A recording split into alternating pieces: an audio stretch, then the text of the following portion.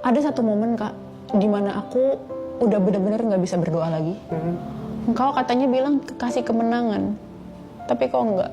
Aku recite Daud yang bilang berapa lama lagi Tuhan, itu berapa lama lagi gitu, berapa lama lagi Tuhan, sampai kapan ini berakhir, sampai kapan ini berakhir.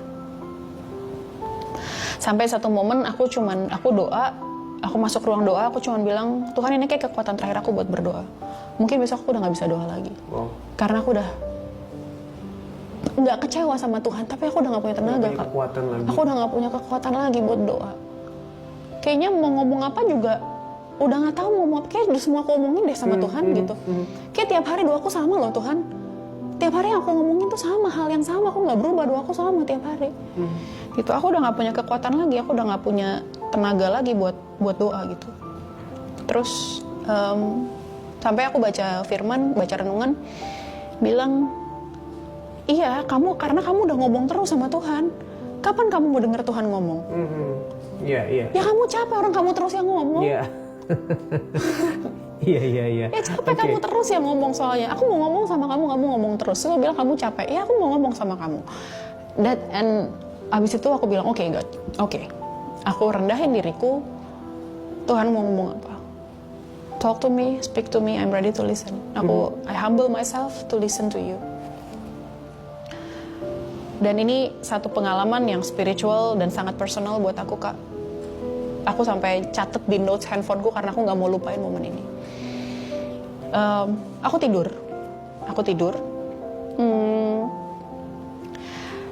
Aku lagi mimpi gitu, aku lagi mimpi, aku sama Pastor Gideon menuju satu tempat dengan kecepatan tinggi, dengan kenceng, kita ngebut di jalan tol. Terus ada orang yang berusaha untuk nahan langkah kami gitu.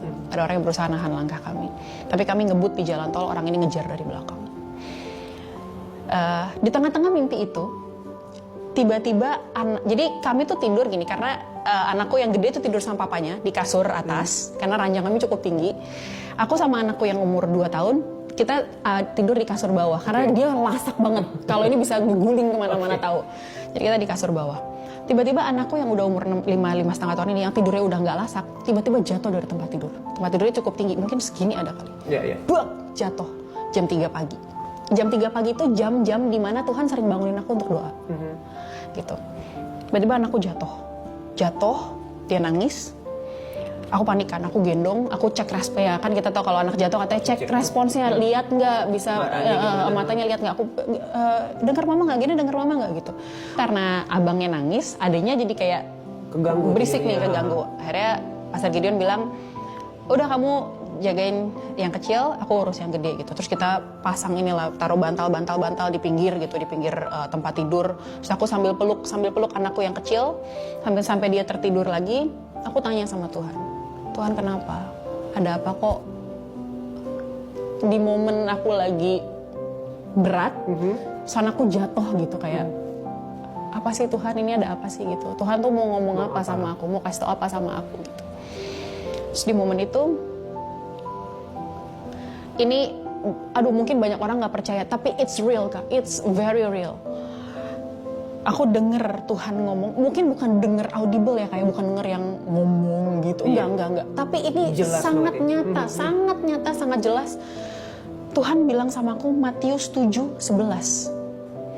Kak, itu bukan ayat yang mungkin ayat favorit orang-orang, mungkin bukan ayat yang orang tuh mungkin kalau Roma 8:28 itu kan kayak familiar banget. Yohanes 3:16 itu familiar banget. Tapi sangat jelas Tuhan bilang Matius 7:11. Aku buka handphoneku sambil aku peluk anakku yang kecil. Tuhan, aku baca, aku nangis banget. Tuhan bilang, jikalau kamu yang jahat saja tahu memberikan pemberian yang baik untuk anakmu, apalagi Bapamu yang di surga. Dia akan memberikan pemberian yang baik bagi orang-orang yang percaya berharap kepadanya. Aku nggak ngerti tadinya, kok ayat ini ya? Tapi lagi-lagi begitu jelasnya Tuhan ngomong sama aku.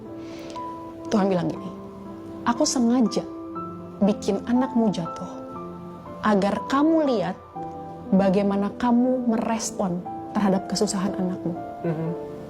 Kamu aja langsung comfort dia, langsung gendong dia, kamu langsung bangun dengar teriakannya, kamu peluk dia, papanya langsung bangun benteng perlindungan di sekitarnya. anakmu yang kecil ngerasa nggak nyaman, kamu langsung peluk buat dia nyaman dan kembali dia rest. Apalagi aku. Ya, wow. Wow. That was very beautiful. Ya. Indah banget, momen yang indah banget sama Tuhan gitu. Dan di situ aku benar-benar nangis sejadi-jadinya. Aku nggak bisa ngomong apa-apa. Saya bilang thank you, thank you, thank you, thank you, thank you, and thank you. Nggak bisa aku ngomong yang lain, cuma bilang makasih Tuhan, makasih Tuhan. Dan ketika aku mulai bisa pull myself back together, aku bilang maaf ya Tuhan gitu. Kalau mungkin all my cries selama ini meragukan Tuhan sebenarnya. Mungkin selama ini tangisanku tuh kayak Tuhan tuh tolong gak sih? Tuhan tuh denger gak sih? Gitu. Mungkin kayak murid-murid ketika badai di kapal di Danau Galilea gitu. Iya. Yang murid-murid Yesus tidur, murid-murid bilang, "Tidakkah engkau peduli?" Kok tidur sih? Lo gak peduli ya? Ini kita nih mau mati loh, ini badainya gede banget loh. Lo gak peduli ya gitu. Saya cuma bisa bilang, sorry God, sorry. Maafin aku kalau mungkin aku meragukan Tuhan gitu. Dan magical Kak. Kalau mungkin bisa dibilang secara familiar, it was very magical gitu. Kayak Tuhan sengaja bikin anakku jatuh supaya aku sendiri melihat, aku Amanda melihat bagaimana Amanda merespon sama anaknya. Kamu aja segitunya sama anakmu. Bilang kalau kamu yang jahat aja tahu memberikan pemberian yang baik pada anakmu. Apalagi aku sama kamu. True. Ya. Dan Justru malahan kadang lewatin momen yang berat gitu ya dalam hidup. Justru itu momen dimana Tuhan lagi-lagi memperkenalkan dirinya sama kita. Lagi-lagi memperkenalkan dan kayak, hey, it's me, halo gitu. Ya. Ya memang mungkin ya caranya pasti nggak gampang. Caranya nggak mudah. Mungkin caranya lewat masalah. Tapi justru lewat masalah, Tuhan nyatain mujizatnya. Gimana Tuhan nyatain mujizat kalau nggak ada sesuatu hal yang keren yang bisa dia lakuin kan?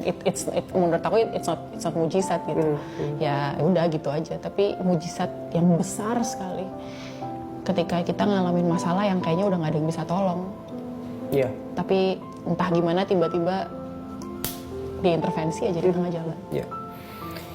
Dan itu salah satu yang tadi kita omongin di awal ya, mengerti identitas kita di dalam Dia. Kalau kita ngerti bahwa kita ini sudah diangkat menjadi anak-anaknya. Ya.